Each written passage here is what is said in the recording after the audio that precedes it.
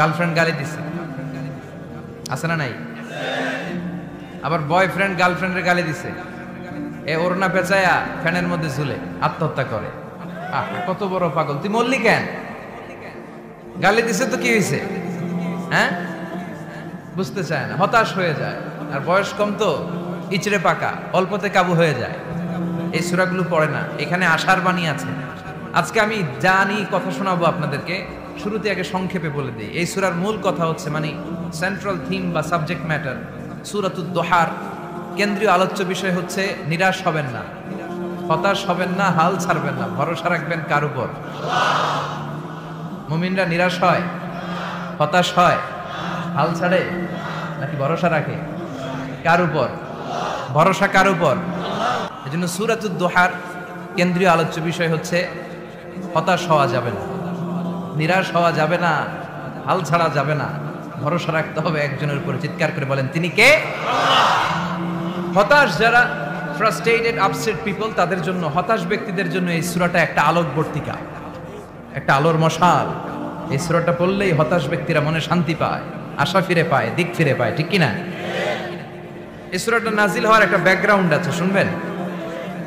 বিষ্ণু ঈসা ইসলামের কাছে যখন ওহী নাজিল হতে শুরু করলো, বিষ্ণু ঈসা ইসলাম ওহীর কথাগুলো পৌঁছে দিতে লাগলেন। যাই নাজিল হতো বিষ্ণুনবী পৌঁছে দিতেন, বিশ্বনবী সাহাবাদের কাছে শেয়ার করে দিতেন। যেটাই নাজিল হতো তিনি পৌঁছে দিতেন, যেটাই, কারণ আল্লাহর আদেশ, ইয়া আইয়ুহার রাসূল বাল্লিগ মা উনজিলা ইলাইক, ও নবী আপনার কাছে আমি ওহী থেকে যা নাজিল করি সব পৌঁছে দেন, একটাও গোপন করা যাবে। আল্লাহর কাছ থেকে বিশ্বনবী যে সমস্ত মেসেজ, ইনফরমেশন, তথ্য, রেভেলেশন ওহী পেয়েছে, একটাও কি বিশ্বনবী গোপন করেছে? সব প্রকাশ করে গিয়েছে, সব শেয়ার করে গিয়েছে। বিশ্বনবী শেয়ার করতে লাগলেন। সকালে যা নাজিল হয় শেয়ার করেন, দুপুরে নাজিল হয় শেয়ার করেন, রাতে নাজিল হয় শেয়ার করেন, শেয়ার করতে লাগলেন। কিন্তু কি অবাক করা কাণ্ড, হঠাৎ করে এই ওহী আসার ধারাবাহিকতা আল্লাহ বন্ধ করে দিলেন। ওহী আর আসে না, আকাশ থেকে নতুন তথ্য আর নামে না। ঘটনা কি? ওহী আসে না কেন? তথ্য আসে না কেন? জিব্রাইল আসে না কেন? কোন বর্ণনা এসেছে 15 দিন, কোন বর্ণনায় 1 মাস, 3 মাস, এমনকি 6 মাস পর্যন্ত বর্ণনা পাওয়া যায় যে বিশ্বনবীর কাছে 6 মাস ওহী আসে নাই। বিশ্বনবী তো অবাক, ঘটনা কি? ওহী নামে না কেন? আর ওহী না আসলে তো বিশ্বনবী শেয়ার করতে পারে না। এতদিন যা আসতো বলে বেড়াতো, এখন আসেও না, বলতেও পারে না। কাফির মুশরিকরা বিশ্বনবীর গালি দিতে শুরু করলো, মুহাম্মদের রব মুহাম্মদের ভুলে গেছে, মুহাম্মদের আল্লাহ মুহাম্মদের ছেড়ে দিয়েছে। বিশ্বনবীর চাচি আবু লাহাবের স্ত্রী উম্মে জামিল বলতে শুরু করলো, কি মুহাম্মদ, তোমার শয়তানটা তোমার কাছে আসে না? শয়তান দ্বারা তিনি জিব্রাইলকে বুঝিয়েছেন যে তোমার জিব্রাইল তোমার কাছে আসে না। এভাবে সবাই গালমন্দ করতে শুরু করলো যে মুহাম্মদের আল্লাহ মুহাম্মদকে ভুলে গিয়েছে। বিষ্ণু ঈসা ইসলাম নিজেও হতাশ হয়ে গেলেন, কি রে ওহী আসে না কেন? আমার কোনো ভুল হচ্ছে না তো? আমার কোনো অপরাধ হয়ে গেল না তো? আল্লাহ কি আমার উপর অসন্তুষ্ট হয়েছেন? আল্লাহ কি আসলেই আমারে ভুলে গেছেন? আল্লাহ কি আমাকে ত্যাগ করেছেন? তিনি কি আমার উপর রেগে আছেন? আমরাও মাঝে মাঝে এরকম হতাশ হয়ে পড়ি। এরকম হতাশ লোক আছে না নাই? কিরে আমার দোয়া কবুল হয় না কেন? আল্লাহ আমার ডাকে সাড়া দেয় না কেন? আমার জীবনে এত দুঃখ কেন? আমার জীবনে তো ভালো কিছু হয় না, খালি সব কষ্ট আমার কেন? এরকম আছে না নাই? এরকম হতাশদের জন্য এই সূরাটা একটা আলোকবর্তিকা, মোটিভেশনাল সূরা। আলহামদুলিল্লাহ পড়েন। বিশ্বনবীকে আল্লাহ আশ্বস্ত করলেন আর এই সূরাটা নাজিল করলেন আর বললেন, ওয়াদ-দুহা, ওয়াদ-দুহা, দুহা মানে আলো, দুহা মানে আলো, প্রভাতের সূর্য কিরণের শপথ। Look up, the sunlight, it's a very beautiful day out there. ও নবী হতাশ হবেন না, বেরোন, সকালের সূর্যটা কত সুন্দর, কি ঝলঝলে পৃথিবী, ফকফকে আর তকতকে, দেখলেই মনটা ভরে যায়, ঠিক কি না? দুহা, দুহা মানে আলো, আশার আলো, সম্ভাবনার আলো। আমাদের জীবনে আলোর দরকার আছে না নাই? আলো না থাকলে আমরা বাঁচতে পারবো? আলো লাগে বড় ভালো। এই আজকে আলো না থাকলে আমরা দেখা যেত। এজন্য কোরআনকে আল্লাহ আলো বলেছেন। কোরআনকে কি বলেছে? কিতাবুন আনজালনাহু ইলাইকা লিতুখরিজান NASA Minaj যুলুমাতি ইলান Noor. O Muhammad, I've revealed this holy Quran unto you to lead the mankind out of darkness into the light. অন্ধকার থেকে লাইট, লাইট মানে কি? আলো, আলোর দিকে নেওয়ার জন্য কোরআন পাঠিয়েছে। আবার বিশ্বনবীকেও আল্লাহ নূর, নূরের সাথে তুলনা করেছেন। আবার বিশ্বনবী আল্লাহর কাছে নূর চাইতেন, বলতেন আল্লাহ আমার ডানে আলো দাও, আমার বায়ে আলো দাও, আমার সামনে আলো দাও, পিছনে আলো দাও, উপরে আলো দাও, নিচে আলো দাও, আমার দেহে আলো দাও, আমার মাংসপেশির ভিতরে আলো দাও, আমার হাড্ডির ভিতরে আলো দাও, আমার জন্য তুমি আলো দাও। পড়েন আমিন। এজন্য আলো ছাড়া বেঁচে থাকা অসম্ভব। আল্লাহ তাআলা আলোর নামে সূরা দিলেন, সূরাতুদ দুহা, প্রভাতের আলো, প্রভাতের সূর্য কিরণের শপথ, আলোর শপথ। সুবহানাল্লাহ পড়েন।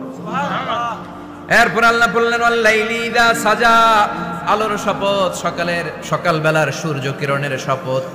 দ্বিতীয় আয়াতে আল্লাহ বললেন রাত্রিবেলার শপথ, যখন রাত্রিটা নিঝুম হয় নিস্তব্ধ, নিঝুম আর নিস্তব্ধ রাতের শপথ। তাহলে আল্লাহ আলোর কসম কাটলেন, তারপরে অন্ধকারের কসম কাটলেন, ঠিক কিনা?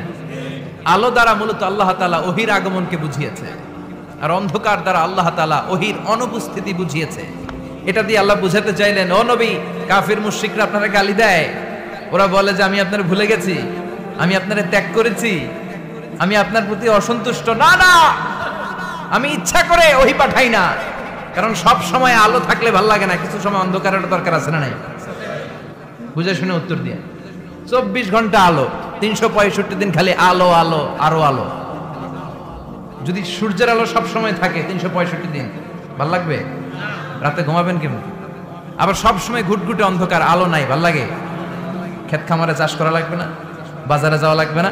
তার মানে আলোরও দরকার আছে, অন্ধকারেরও দরকার আছে। এটা দিয়ে আল্লাহ বুঝাতে চাইলেন, নবী, ওহী নাজিল করার জন্য দরকার আছে, মাঝে মাঝে ওহী বন্ধ রাখা আপনার বিশ্রাম দেওয়ারও দরকার আছে। চিৎকার করে বলেন আল্লাহু আকবার। এজন্য আল্লাহ বললেন ওয়াদ-দুহা ওয়াল লাইলি ইযা সাজা মা ওয়াদ্দা'আকা রাব্বুকা ওয়া মা ক্বালা ওয়ালাল আখিরাতু খায়রুল লাকা মিনাল উলা। সুবহানাল্লাহ পড়েন। ও নবী, প্রভাতের সূর্য কিরণের শপথ, নিঝুম নিস্তব্ধ রাত্রিবেলার শপথ, আলো আর অন্ধকারের শপথ করে আমি বললাম, আপনার প্রভু আপনারে ভুলে যায় নাই, আপনার উপর অসন্তুষ্ট হয় নাই।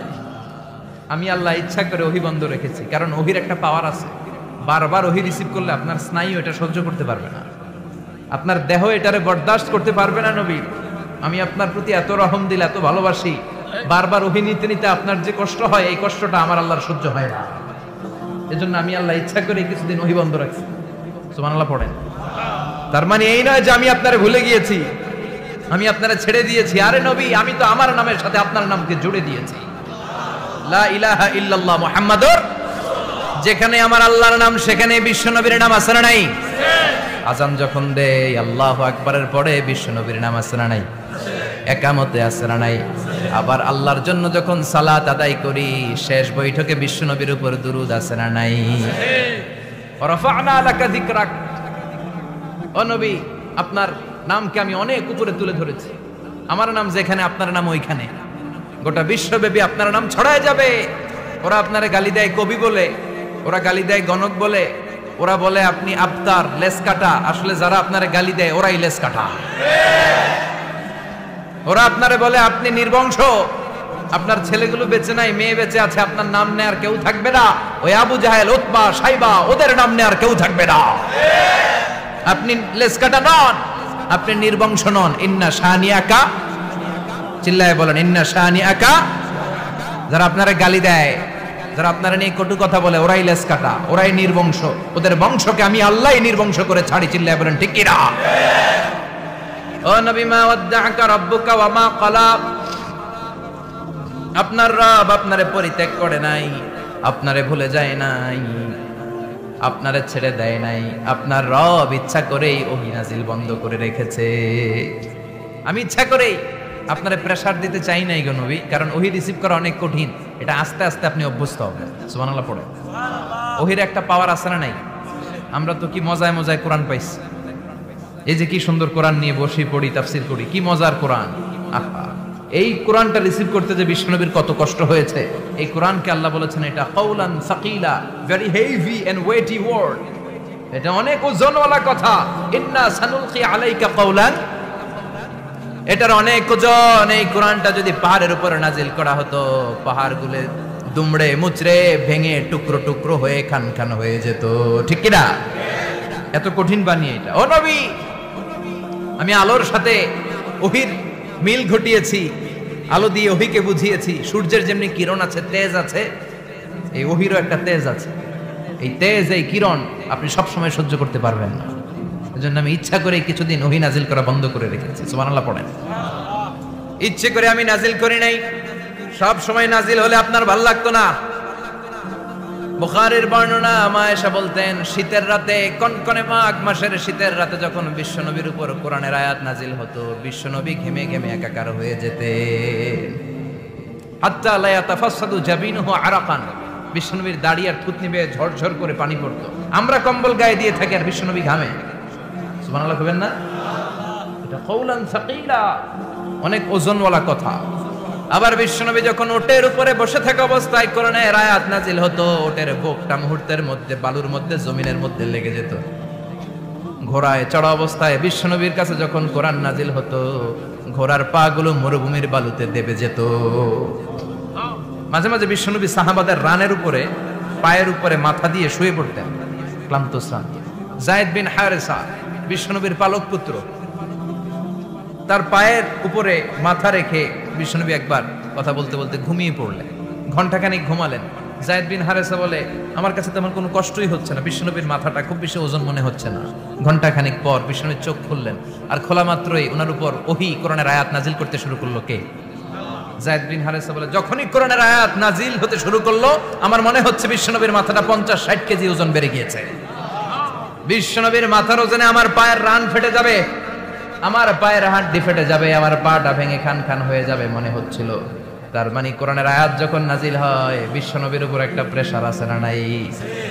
এই জন্য আল্লাহ বললেন, নবী আমি আপনার ভুলে যাই নাই। কাফেররা যেমনি আপনারে গালি দেয় যে আমি আপনারে ভুলে গিয়েছি, আপনার উপর আমি অসন্তুষ্ট, নেভার, অসম্ভব। আমি আপনার উপর কখনো অসন্তুষ্ট নই, বরং আমি ইচ্ছা করি আপনার উপর থেকে প্রেসার কমিয়ে দেওয়ার জন্য কয়েকদিন ইচ্ছা করে আপনারে ছুটিতে রাখছি। সুবহানাল্লাহ পড়েন, যাতে করে আবার এনার্জি গায়ে নেওয়ার পরে নতুন করে কোরআনের আয়াত রিসিভ করার জন্য আপনি সক্ষম হন। চিল্লায় পড়তে হবে আল্লাহু আকবার। এজন্য আল্লাহ বললেন, ওয়াদ-দুহা ওয়াল-লাইলি ইযা সাজা মা ওয়াদ্দা'আকা রাব্বুকা ওয়া মা ক্বালা ওয়ালাল আখিরাতু খায়রুল লাকা মিনাল উলা।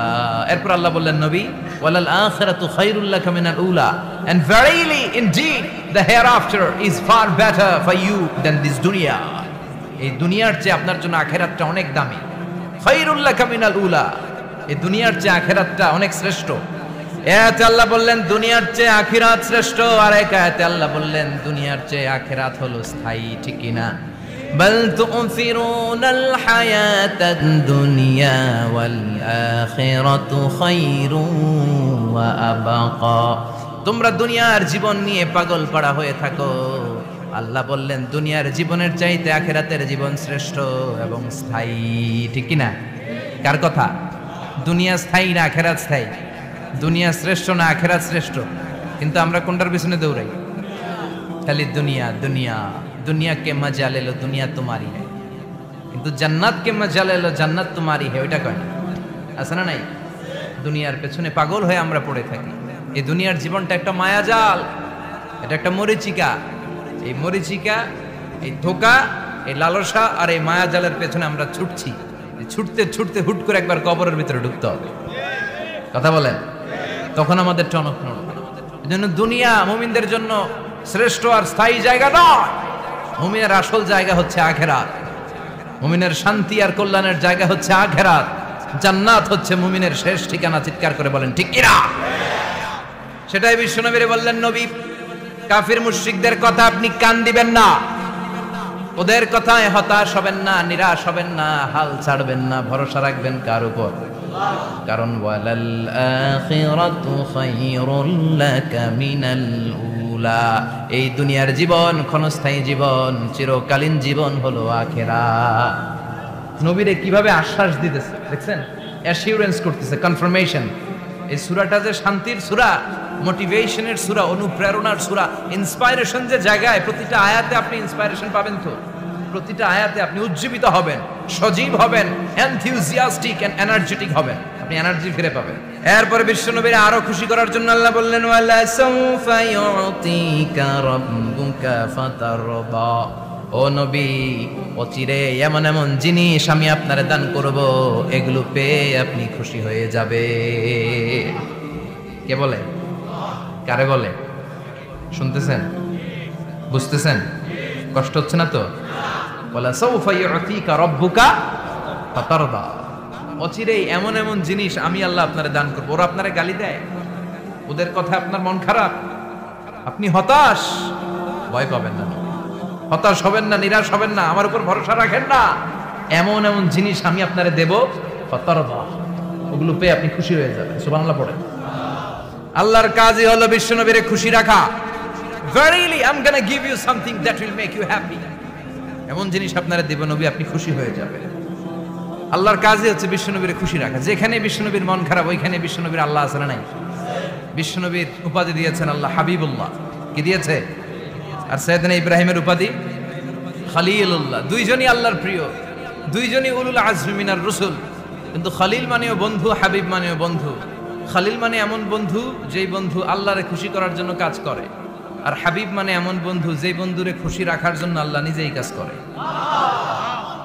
কি শান, কি মান এই নবীর! আর ওই নবীরে গালি দেয়, এগুলো জাহান্নামের নরকীট আর পিতৃ পরিচয়হীন জারদ সন্তান। As a father, as a teacher, as a commander, as a lawgiver, as a lawmaker, as a reformer of the society, Muhammad is the Superman of the world. উনি সুপারম্যান, উনি অসাধারণ ব্যক্তিত্ব, আনপ্যারালাল পার্সোনালিটি। ওনার জীবনী নিয়ে পড়া শুরু করলে এটা শেষ হয় না। বিয়ন্ডলেস, বাউন্ডলেস, বটমলেস, এটা তলাবিহীন সাগর। বিশ্বনবীর জীবনী একটা সাগর, কিন্তু সাগরের কি নাই? সুবহানাল্লাহ কইবেন না? যে বিশ্বনবীর খুশি রাখা কার কাজ? যেখানে বিশ্বনবী হতাশ, যেখানে বিশ্বনবীর মন খারাপ, বিশ্বনবীর মন ভালো করে দেয় কে? এজন্য আল্লাহ বললেন, ওয়ালা সাউফা ইউতিকা রাব্বুকা, অচিরেই আপনার রব আপনাকে এমন এমন জিনিস দান করবে নবী, এগুলো পেয়ে আপনি খুশি হয়ে যাবেন। বিশ্বনবীর প্রথম কোথায় খুশি করলেন? বিশ্বনবী মক্কার জমিনে দাওয়াতি কাজ যখন শুরু করলেন, তিনি দেখলেন বিশ্বনবী খুব ভালো অ্যানালাইসিস করতে পারতেন। তিনি মক্কার সোসাইটিটাকে, সমাজটাকে বিশ্লেষণ করে অ্যানালাইজ করে উনি দেখলেন যে এই মক্কায় দাওয়াতি কাজের একটা শক্ত অবস্থান নিতে হলে দুইজন লোকের একজন আমার চাই। সুবহানাল্লাহ পড়েন। কি বিশ্লেষণ শক্তি, কি চিন্তা শক্তি! উনি ঘেটে ফেললেন, উনি বুঝে ফেললেন সবাইকে দেখে যে দুইজনের একজন আমার সাথে না থাকলে আমার দাওয়াতি কাজ চালানো কষ্ট হয়ে যাবে। এজন্য গভীর রাতে তাহাজ্জুদের নামাজ শেষে আল্লাহর কাছে কেঁদে কেঁদে বিশ্বনবী দোয়া করে, আল্লাহ আল্লাহুম্মা আইজ্জাল ইসলাম বি আহাব্বির রাজুলাইনি ইলাইক। আল্লাহ, দুইজন লোকের যেই লোকটারে তোমার দরবারে মকবুল মনে হয়, ভালো লাগে, পছন্দ হয়, তাদের একজনকে ইসলামের ভেতরে ঢুকিয়ে দিয়ে ইসলামকে তুমি বিজয় দান করে দাও। ও আল্লাহ, দুইজনের একজনকে আমার চাই। একজন হলো আবি জাহাল ইবনে হিশাম, হিশামের বেটা আবু জাহাল, আও উমর ইবনুল খাত্তাব, অথবা খাত্তাবের বেটা উমর। সুবহানাল্লাহ পড়ে। সাথে সাথে দোয়া কবুল করলো কে? কার জন্য করলো? নাকি আবু জাহেলের জন্য? আবু জাহেলের চোখের সামনে পর্দা ছিল, ও পর্দা সরায় না, ওর অন্তরে পর্দা, ও পর্দা উঠে সত্যটা দেখতে চায় না। এজন্য ওর জন্য গোটা বিশ্ববাসীর আছে ঘৃণা। ও যেখানে মারা গেছে, ওর যেখানে জন্মস্থান, ওইখানে সৌদি সরকার ল্যাট্রিন বানায় দিচ্ছে, ঘৃণার প্রতীক। ওইখানে তো অন্য কিছু বানাইতে পারতো, ল্যাট্রিন বানাইতে যাবে কেন? গোটা বিশ্বের মানুষ যায় যেন এটা ভরাই দিয়ে আসতে পারে। কথা বলেন। এই বেয়াদবটার জন্য আল্লাহ দোয়া কবুল করে নাই। উমরে ফারুক রাগী ছিলেন, কিন্তু সত্য প্রকাশে, সত্য গ্রহণে আপোষহীন। সত্য দেখলেই উনি মেনে নিতেন। এটা জাহেলি যুগে ওনার মধ্যে এই গুণ ছিল। আল্লাহু আকবার। বিশ্বনবী কেঁদে কেঁদে দোয়া করে, আল্লাহ, মক্কার জমিনে এই দুইজনের একজন যদি কালেমা না পড়ে, মক্কার জমিনে দাওয়াতি কাজ চালিয়ে যাওয়া কঠিন হয়ে যাবে। হয় হিশামের বেটা আবু জাহেল কিংবা খাত্তাবের বেটা ওমরকে তুমি ইসলামে ঢুকাও। আল্লাহ ওমরের জন্য দোয়া কবুল করলেন।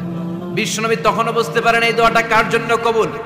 হঠাৎ ওমরে ফারুক বিশাল একটা নাঙ্গা তলোয়ার নিয়ে বিশ্বনবীকে হত্যা করার জন্য ছুটে এলো। বিশ্বনবী তখন মক্কার আরকাম ইবনে দারুল আরকামের ঘরে সাফা পাহাড়ের পাদদেশে লুকিয়ে লুকিয়ে দাওয়াতি কাজ করতেন। আশেপাশে সাহাবীরা বসা। বিশ্বনবীর চাচা হামজা ইবনে আব্দুল মুত্তালিব বললেন, নবী তাড়াতাড়ি পালিয়ে যান, ওই যে দেখা যায় ওমরে ফারুক তলোয়ার নিয়ে আপনারে মারতে আসছে। বিশ্বনবী বললেন, চাচা সরে যান। সাহাবীদেরকেও সরে যেতে বলেন, দরজাটা খুলে দেন, ওমরকে আসতে দেন। আমার তো মনে হচ্ছে ওই যে তাহাজ্জুদের নামাজ পড়ে আল্লাহর কাছে কেঁদে কেঁদে আমি দোয়া করেছি, আমার দোয়াটা আজকে কবুল হতে চলেছে। আমার তো মন বলছে আল্লাহ দোয়াটা কবুল করবে। দরজা খুলে দেন। ওমর ফারুক চলে আসলেন, এসে তলোয়ার রেখে দিয়ে আঙ্গুল উঁচু করে বলেন, আশহাদু আল্লা ইলাহা ইল্লাল্লাহ, আশহাদু আন্নাকা মুহাম্মদ রাসূলুল্লাহ। ঝিনুকের ভেতর লুকিয়ে থাকে যেমন মতি, ঝিনুকের ভেতর লুকিয়ে থাকে যেমন মতি, কালমা শাহাদাতে আছে আল্লাহর জ্যোতি, কালমা শাহাদাতে আছে আল্লাহর জ্যোতি। সুবহানাল্লাহ পড়েন। কি আল্লাহর জ্যোতি এসে ওমরে ফারুকের হৃদয়টাকে নুরানি করে দিল। তিনি তলোয়ার রেখে ঘোষণা দিলেন, আশহাদু আল্লা ইলাহা ইল্লাল্লাহ ওয়া আশহাদু আন্নাকা মুহাম্মাদ আবদুল্লাহ ওয়া রাসূলুহু। বিশ্বনবী খুশি হয়ে গেলেন। ফাতারদা ওয়ালা সাওফা ইউতিকা রাব্বুকা ফাতারদা। ও নবী, অচিরে এমন এমন জিনিস একটার পর একটা আমি আপনারে দান করব, এগুলো পেয়ে আপনি খুশি হয়ে যাবেন গো নবী। আপনার অন্তরে দুঃখ, কষ্ট, হতাশা, আপসেট হওয়ার মানসিকতা, ফ্রাস্ট্রেশন কিছু আল্লাহ রাখবো না। ওয়ালা সাওফা ইউতিকা রাব্বুকা ফাতারদা। অচিরে এমন এমন জিনিস আমি আল্লাহ আপনারে দেব, আপনি খুশি হয়ে যাবেন। ওমরে ফারুকের ইসলাম ধর্ম গ্রহণ করানোর মাধ্যমে বিশ্বনবীর মনটারে খুশি করে দিল কে? আল্লাহ। ফাতারদা। বিশ্বনবী খুশি হয়ে গেল। পাইছেন আল্লাহ কিভাবে বিশ্বনবীরে খুশি করে? সুবহানাল্লাহ পড়বেন না? এরপরে বিশ্বনবী মক্কা থেকে তায়েফে দাওয়াত দিতে গেলেন। কোথায়? হজ উমরা যারা করেছেন 70 থেকে 75 80 কিলো দূরে পাহাড়ি পথ বেয়ে বেয়ে উঠতে হয়, 6-7 হাজার ফিট উপরে পাহাড়ের উপরে এই তায়েফের শহর, তায়েফ সিটি। ঠান্ডা, ওইখানে গেলে মনেই হবে না এটা সৌদি আরব। এখানে জ্যাকেট লাগে। কি লাগে? জ্যাকেট।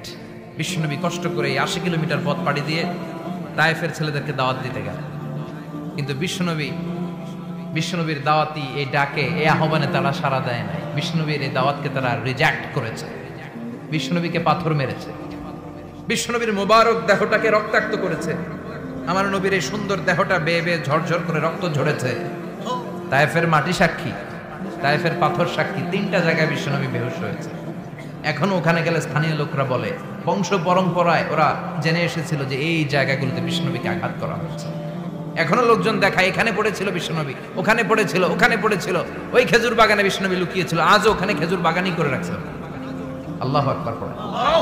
খেয়ে না খেয়ে দিন প্রচারের কাজে নিজেকে দিয়েছো বিলিয়ে, তায়েফের কাফিরেরা চিনল না সে আলো, দুষ্ট ছেলেদের পিছু দিল লেলিয়ে।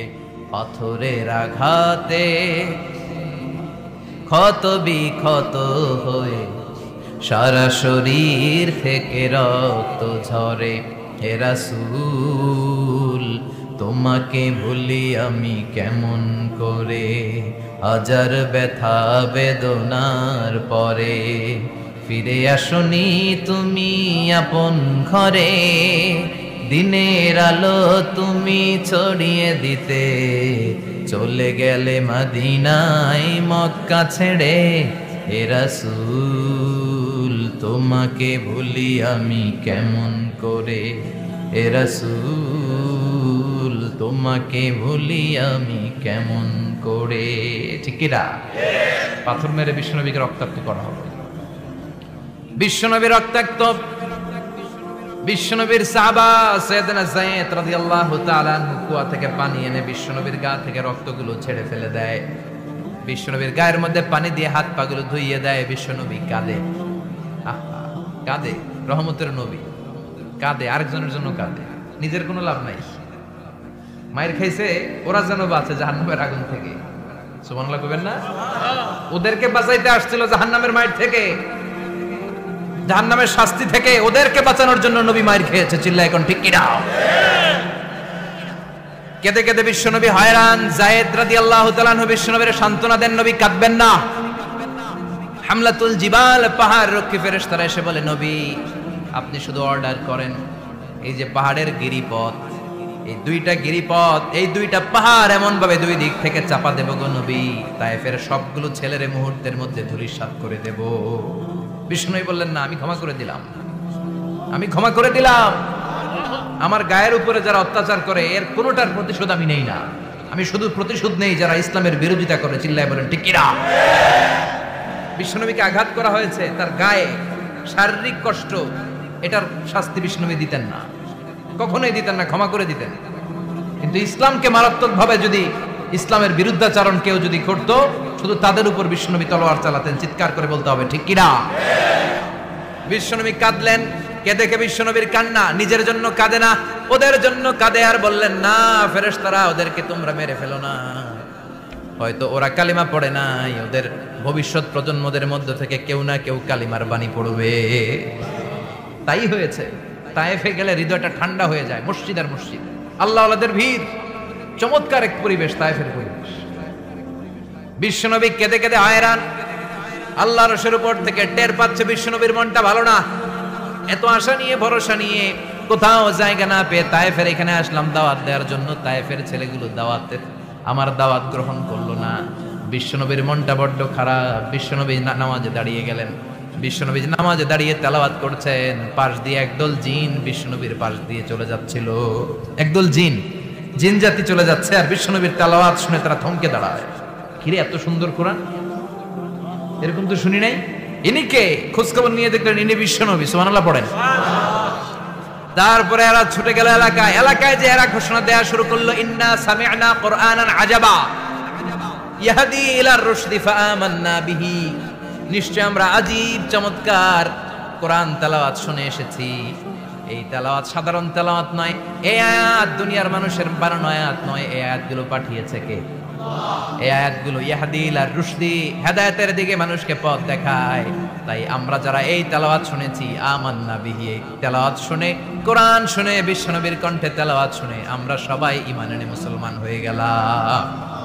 বিশ্বনবী তখনও জানে না জিনেরা যে মুসলমান হয়েছে। বিশ্বনবী নামাজ পড়ে যখন বসলেন, সাইয়েদনা জিবরাইল মারফত আল্লাহ বিশ্বনবীরে জানায়, ও নবী হতাশ হন কেন? হতাশ হবেন না, নিরাশ হবেন না, হাল ছাড়বেন না, ভরসা রাখবেন কার উপর? ও নবী হতাশ হন কেন? দাওয়াত দিতে এসেছিলেন তায়েফের যুবকদেরকে। তায়েফের যুবকরা দাওয়াত কবুল করে নাই তো কি হয়েছে? তার বিপরীতে অদৃশ্য জগতের একটা প্রাণী, জিন জাতি, তারা আপনার কণ্ঠের সুন্দর তেলাওয়াত শুনে কালিমা পড়ে মুসলমান হয়ে গিয়েছে গো নবী। বিশ্বনবীরে শোনায় দিলেন। ফাতারদা, বিশ্বনবী আবার খুশি হয়ে গেল। বলা সাউফা ইউতিকা রাব্বুকা। যেখানে বিশ্বনবীর মন খারাপ, বিশ্বনবীরে ভালো করার থেরাপি আল্লাহর জানা আছে না নাই? সুবহানাল্লাহ পড়ো। যেখানে বিশ্বনবীর মন খারাপ, সেখানে বিশ্বনবীর মন ভালো করে দেয় কে? এরপরে বিশ্বনবীর কলিজার টুকরা খাদিজাতুল কুবরা তাহেরা ইন্তেকাল করলেন। বিশ্বনবীর মনটা, হৃদয়টা আবার ভেঙে খান খান হয়ে যায়। খাদিজাতুল কুবরা তাহেরা ছিল বিশ্বনবীর প্রথম স্ত্রী। নিজের যত সম্পদ ছিল সব বিশ্বনবীর পায়ের সামনে ঢেলে দিয়েছে, সব ঢেলে দিয়েছে বিশ্বনবীর জন্য। উনিও স্ত্রী, আমাদের স্ত্রীগুলোও স্ত্রী। পার্থক্য আছে না নাই? নিজের যা ছিল সব দিয়ে দিল স্বামীরে। বিশ্বনবী বলতেন রুজিকতু হুব্বাহা। খাদিজাতুল কুবরার ভালোবাসা সহিহ মুসলিমের বর্ণনা, আল্লাহ আমার হৃদয়ের ভিতরে রিজিক হিসেবে দিয়েছে। দোয়া করলে আল্লাহর কাছে বলছেন, আল্লাহ কিয়ামতের কঠিন দিন, যেদিন বন্ধু বন্ধুরে চিনবে না, ভাই ভাইরে চিনবে না, পীর সাহেব মুরিদরে চিনবে না, মুরিদ পীর সাহেবরে চিনবে না, দলের নেতা কর্মীরে চিনবে না, কর্মী দলের নেতারে চিনবে না, ওই কঠিন বিপদের দিনে আমি আমার খাদিজারে যেন ভুলে না যাই। একটা মহিলাকে রব্বুল আলামিন আরশের উপর থেকে সালাম জানিয়েছেন, মহিলাটার নাম হলো খাদিজা। ইসলামের সর্বপ্রথম কালিমা পড়ে যে নারীটা মুসলমান হয়েছেন তিনি হচ্ছেন খাদিজাতুল কুবরা তাহেরা। এই খাদিজাতুল কুবরা তাহেরা ইন্তেকাল করলেন। বিশ্বনবীর হৃদয়টা ভেঙে খান খান হয়ে যায়, হৃদয়টা ভেঙে যায়। এরপর চাচা আবু তালেব তিনিও ইন্তেকাল করলেন। বিশ্বনবীর হৃদয়টা, মনটা বিষণ্ণ হয়ে যায়, চিন্তায় পেরেশান হয়ে যায়। ডানে বায়ে তাকিয়ে দেখে বিশ্বনবীর সাহায্য করার কেউ নাই, সব দিকে খালি শত্রু, সব দিকে বিশ্বনবীর দুশ্মন। কলিজার টুকরা স্ত্রী বাসায় নাই, শেল্টার দেওয়ার মতো চাচাও নাই। বিশ্বনবীর মনে হয় গোটা দুনিয়ায় যেন তার কেউ নাই। বিশ্বনবী আবার হতাশ হয়ে পড়ে। কিন্তু বিশ্বনবী যদি হতাশ হয়, ওনার মন ভালো করার একজন আছে। তিনি কে? আল্লাহ বললেন, জিব্রাইল যাও, আমার নবীর মন খারাপ, স্ত্রীর বিয়োগে বিশ্বনবী বিষণ্ণ, চাচা চলে গেল, বিশ্বনবীর হৃদয়টা ভেঙে খান খান হয়ে যায়। বিশ্বনবীরে বলো দুনিয়ায় থাকার দরকার নাই, ডেকে আমার আরশে নিয়ে আসো, আমার সাথে কথা বললে বিশ্বনবীর মন ভালো হয়ে যাবে। আমার সাথে কথা বললে নবীর মন ভালো হয়ে যাবে। সুবহানাল্লাহ পড়ে। কি নবী, উনারে ভালো করা, মন ভালো করে দেয় আল্লাহর কাজ। সুবহানাল্লাযী আসরা বিআবদিহি লাইলাম মিনাল মাসজিদিল হারামি ইলাল মাসজিদিল আকসা। এখানে বলা হলো ইসরার কথা, আর মেরাজ সাব্যস্ত হয়েছে হাদিস দ্বারা। জোরে কোন ঠিক কিনা? মেরাজ নিয়ে গেলেন, ঊর্ধ্ব জগতের ভ্রমণে নিয়ে গেলেন। জিব্রাইল ডেকে বললেন, ও জিব্রাইল, আমি জানি বিশ্বনবীর মন খারাপ, স্ত্রী নাই, চাচা নাই, তুমি বিশ্বনবীর নিয়ে আসো তো, আমার দরবারে নিয়ে আসো, আমার সাথে কিছু সময় কাটাবে, আমার সাথে কথা বলবে, মন ভালো হয়ে যাবে। বলা সাউফা ইউতিকা রাব্বুকা ফাতারদা। ও নবী, এমন এমন জিনিস আপনার আমি দেব, এগুলো দিয়ে আমি আপনার মনটারে ভালো করে ফেলবো। চিল্লায় কোন সুবহানাল্লাহ। মেরাজ থেকে ফেরার পরে অত্যাচারের মাত্রা আরো বেড়ে গেল, কিন্তু অত্যাচারে মুমিন কখনো কাবু হয় না। জোরে কোন ঠিক কিনা? বিশ্বনবীরে বলা হলো ক্ষমতার চেয়ার দেব, সুন্দরী নারী দেব, সম্পদের পাহাড় বানিয়ে দেব, শুধু কালেমার দাওয়াত বন্ধ করে দাও। বিশ্বনবী বললেন, তোমাদের 3 দফা, আমার শুধু 1 দফা। বিশ্বনবীর কয় দফা? বিশ্বনবী বললেন, লা ওয়াদাউ আশ-শামসা ফি ইয়ামিনি ওয়াল কমারা ফি ইয়াসারি। আকাশের সূর্যটা যদি ডান হাতে দাও, চন্দ্রটা যদি বা হাতে দাও, যে কালিমার দাওয়াত দিতে আমি শুরু করেছি, দাওয়াতের রাস্তা থেকে কেউ আমার পিছনে সরাতে পারবে না, কেউ পারবে না। এই পথে আমি নেমেছি, এই পথের শেষ আমি দেখে ছাড়ব।